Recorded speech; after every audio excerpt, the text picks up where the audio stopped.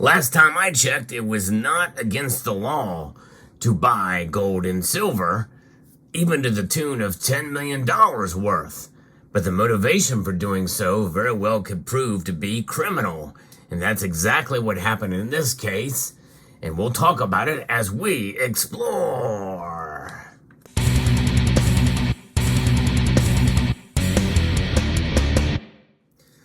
Gold and silver. Most of us buy it in order to protect ourselves from the criminality of the Federal Reserve by inflating our dollar and the criminality of what the government tends to do time and time again with many of its laws that are blatantly unconstitutional and extra constitutional, and where they put our money. You know, it's something. I tell you what is it? It's legalized theft in many ways, because they are taking money from one individual and giving it to another individual. Usually it's a voting base. You know, they buy votes. That's essentially what government does these days. Look at all of this legislation that has not been passed in order to bail out college students with their loans. They're trying to do it through executive fiat and executive orders. It's crazy. But what I'm about to talk about here is a crime of a different passion, and in some cases it may be understandable. You may even, to some extent, sympathize with the person who bought $10 million worth of gold. This is a story out of NBC Boston. A Boston man has bought more than $10 million worth of gold and silver bars. And this was done for a specific reason, in order to avoid taxes. It involves his plumbing and heating business, according to federal prosecutors. Now, you think about it, it doesn't go into detail about what kind of gold and silver bars they were. I have an example here of a popular silver bar and a popular gold bar. But, you know, we don't know the size. We don't know how many. We don't know the time frame from which these were purchased. And I think that really is where he probably made his mistake, because likely he had to do it within a tax year, and any given tax year, to try to skirt taxes. But it could have been a multi-year scam or scandal if he indeed was smart and bought. But if he bought it all at once, that's going to raise red flags for sure. And likely that's probably what happened.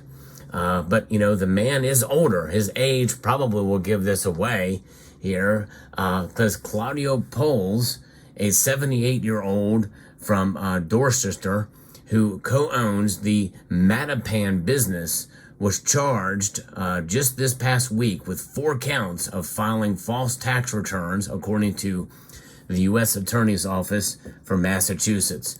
Now, none of us like to pay taxes, you know, for a myriad of different reasons. In fact, some have made a pretty cogent argument that it is unconstitutional. And it was under really until only a recent amendment of the Constitution where they make the basis for the U.S. Code on taxes. And some could make an argument that you could take that to court and win.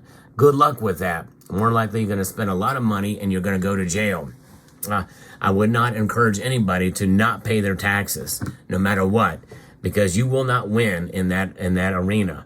And of course, some people say, well, millions of us can get together and do it. They're not going to prosecute us all. No, but they will make examples out of a number of us that it will not be worth it, for sure. So pay your taxes. Do not avoid taxes by any stretch of the imagination.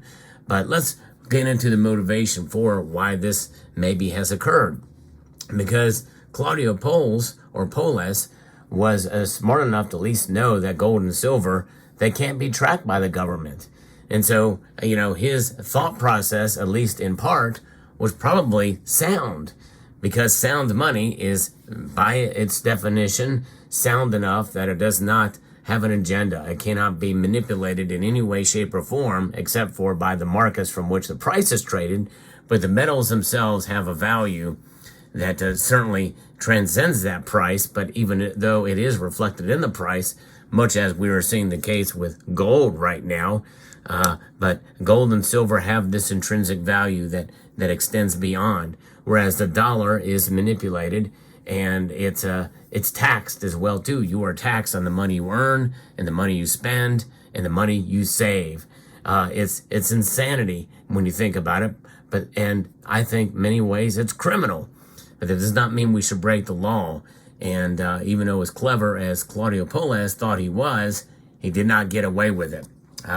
Because the U.S. Attorney's Office in Massachusetts caught him. Poles allegedly kept some of the receipts from the business from its tax preparer and used the money to buy gold and silver, writing boilers and materials and P&H supplies. Of course, for those of you who know about that kind of thing, you're probably laughing here. Is a memo for checks as he used to pay for the precious metal for his own benefit. And, who could blame him for buying the precious metal for his own benefit, number one. But number two, whenever we order precious metals, usually it's marked on there, from Monument Plumbing Supply or parts or, it's discrete packaging. We don't know who, it's not going to be, oh, this is from Apmex, American Precious Metals Exchange, or this is coming from Bold Precious Metals. No. Or Hero Bullion. No, they're not going to put that on the package. They're going to put something else because they want to make it discreet. You don't want to be a target. And of course, whenever you buy precious metals, well, sometimes it can make you a target, as was the case in this case. Of course, he was doing it for nefarious purposes to kind of avoid taxes. And maybe at 78 years old, having a small business, maybe he felt, he had been attacked and taxed way too much during his life when he should probably be enjoying his retirement years. But that's not the case. He's having to work hard. Of course, most people who own some of these plumbing and heating businesses, it's not a high margin business. It's not a high profit area. You really are providing a service. So God bless all those of you, all of you out there that own plumbing and heating and other service industries that where the profit margins may not be that big. We thank you for everything you do to keep us going in the economy, for sure. In this case, maybe he went too far. Would not have advised that. But anyways, it just goes to show you it's interesting. Now, it has been a multi-year thing here. He has filed fraudulent tax returns from 2019 to 2022, federal prosecutors said. But even if you span that out, that $10 million in gold and silver through those years, from the last 3 years there, what they're showing there, because they don't mention 2023 and 2024, that's a lot of money in gold and silver to be spending, and likely that alone raised red flags, and whoever he bought them from had reported them. Who knows? Because your purchases are tracked, even if you make cash purchases. And when you have the receipts there that you've kept the receipts, that alone tells you something. There is a paper trail, and it's one that he kept where he made a mistake. Even if he marked it, boilers and materials and P&H supply, he should have not kept those receipts. He's got the gold and silver in his hand. I'm not telling you how to do a crime, but I'm just saying, when many of us purchase precious metals and the government comes for us for one reason or another to confiscate that's what the biggest fears are. Well, we lose them in unfortunate boating accidents. So it wasn't immediately clear if he had an attorney who could speak to the charges. Now, this is just breaking news here, so we don't really know much more about this. But a conviction for filing false tax returns carries a sentence of up to 3 years in prison, up to 2 years on probation, and a $250,000 fine, according to prosecutors. So it's a pretty serious charge here, and it's very interesting how this particular case involves so much value in precious metals, gold and silver bars. And most of us, we buy them just to protect ourselves from the fraud of the government. But we don't defraud the government when we do so. We pay our taxes. We're law-abiding citizens. We should be.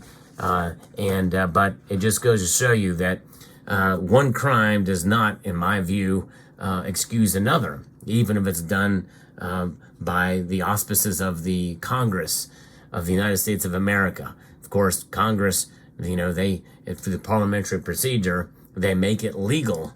Just does not necessarily make it ethical or make it right. But I think this is a lesson, a story we can take with us to understand that taxation in many ways is legalized theft. And I think that's not unfair to say for most of us. And also, the other story here is that we should vote for politicians who will work to lower taxation and to get us back to a constitutionally mandated government, federal government, and nothing more. Government's gotten way too big, too out of control. And I'm not excusing crime. We should not. We should do our due diligence, pay our taxes, and do what we can. Avoid crime. Do not engage in any crime, but also elect politicians, representatives, and all through the levels of federal office holders that will preserve the ideas of limited government and limited taxation. Let me know what your thoughts are in the comment section down below. I hope you found this video informative, insightful, and educational.